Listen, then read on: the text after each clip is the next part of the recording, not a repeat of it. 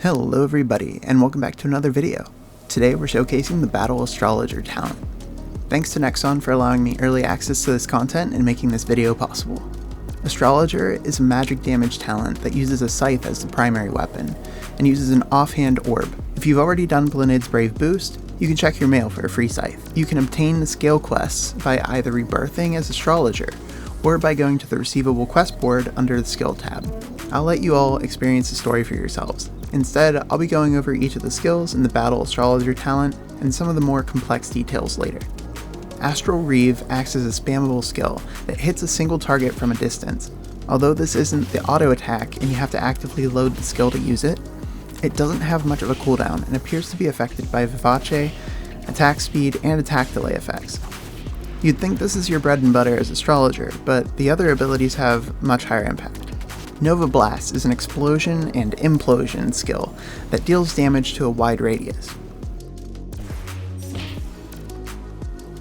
Stellar Surge is a ranged attack, dealing damage to all targets in a straight line. The ability will always reach targets at the maximum shown range, but will do reduced damage to the targets that are not in the charged area.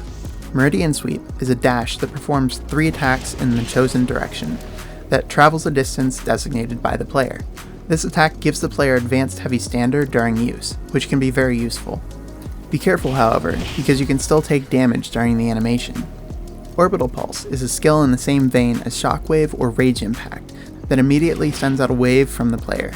This doesn't knock back enemies, but does stun them for some time. If you're like me, when you first use Starlight Veil, you'll be left confused and wondering what the skill even did, unless you read the skill description. Starlight Veil is a debuff skill that lowers enemy attack and simultaneously heals allies within the chosen range. Gravity Well is a new iframe ability like Anchor Rush or Grapple Shot that makes the player invulnerable to damage during the skill movement. When you load Gravity Well, it will show you a radius you can travel in, and a max range it charges up to over time. If you click beyond the charged radius or the range of the skill, it will automatically move you as far as possible in the chosen direction.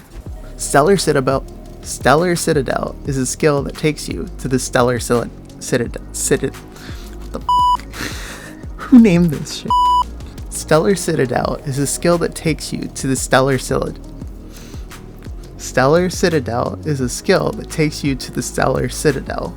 This is a welcome change from the item teleports we're used to, like the Avon Feather and Winter Forest Mobile. This is where we can use the following 2 skills for astrology, and where we can crank this talent up to 11. Celestial Conjunction, aka the Galactic Pizza, is the information overload skill. One look and you're like, that's cool, and close it because you don't want to deal with it right now. We're going to pause here for a bit to explain almost everything this skill can do, and give you a clear understanding of what this looks like in a practical application. What your goals with Astrologer are have a major impact in what effects you want your skills to have, and the Galactic Pizza lets you customize these effects. Each stella has one of 4 categories, called aspects. These aspects are offense, support, control, and fortune. The type of stella we place on the pizza as a whole can change the dominant aspect, shown on the top right. This changes what kind of stella are available for us to put on the pizza. When we hover over a stella, it will tell us exactly what skills it can be placed on and what effects it has on that skill. As you rank up the skill, you'll gain access to new stella and more slots to use. I have 2 rank 1 presets I'm going to walk through with you and give you an example of some builds you might see in Wild or explore for yourself. We can save up to 4 different configurations, but we can only change them while we're in the Stellar Citadel. If you want to follow the build, please pause the video as you follow along. The first setup is the damage build. This is going to look like a build any of you Harmonic Saints planning to main Astrologer as your damage talent will have. The focus of these selections is to boost as much damage as possible and synergize with magic damage effects. You'll see some skills have party magic damage amps, enemy damage taken boost, and cooldown reduction across the board. The focus here is uptime on our abilities so our rotations are smooth, and extra damage to make each rotation impactful. The second is the support build, which has many more flex slots than the damage build. You can flex in healing abilities to boost survivability, you can amp the pull effects or choose to add further debuffs to enemies instead. You have the option of choosing skill range and target change effects, or even more unique party boosting abilities. The choices I made here focus on helping the survivability of my tank set with added healing, and some debuffs and pull effects to use with my AoE skills as a sharpshooter. On the crust of the galactic pizza, we can see that each skill has its own dominant aspect as well, which changes based on the stella attached to it. The dominant aspect of individual skills plays into our next ability, Hand of Destiny. Here we can select cards for our deck, and we can draw them by using abilities of the same aspect.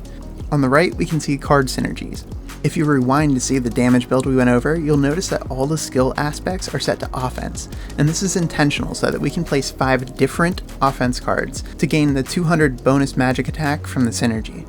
The support build is centered around using other talents for damage, so we can get away with fewer cards or split synergies. Keep in mind that there is a part 2 of the Astrologer update coming out that will boost the effectiveness of these cards in one way or another. The numbers you see on these cards are not the final numbers for a fully realized Astrologer. Rather than go over each card individually, I'll highlight the standout cards in each category. In the offense category, our key cards are the Emperor and Judgment. We'll need to slot 3 other offense cards to get the synergy bonus, but we have to include these if we plan to have Astrologer as our primary damage. In the support category, the Moon and the Hierophant are the best cards for boosting our allies. Although the other cards aren't bad, they don't give extremely meaningful bonuses compared to the effects we already have. In the control category, the Hanged Man is our all-star card. It's head and shoulders above the others, acting as bonus death mark effect. The Magician, Death, and the Hermit can be hit or miss if it comes up at the bad timing. Otherwise, these are relatively minor bonuses. In the Fortune category, the Star, the Fool, and Wheel of Fortune are uniquely powerful effects. Wheel of Fortune has the potential to be especially powerful when combined with cards from other categories, such as the Emperor or the Hanged Man. The Fool can be seen as a bonus whale buff, and the Star can be seen as a significant damage boost, as high-level Stardust is a significant amount of damage. If you're just looking to cycle through the deck quickly, using Wheel of Fortune with any other Fortune card while having our combat abilities set to Fortune aspect works very well and is the best way to train our next skill. Fate Foretold is our nuke skill, and needs to be charged up. You can use it once every time you cycle through all the cards in your deck. The more cards in your deck, the more times the skill hits, and the more effects it gains. The types of cards in your deck change the effects applied to Fate Foretold. As an example of using these skills in action, with the support build I showed earlier, I'll do a solo 30% Chrom run using a mix of Sharpshooter and Astrologer.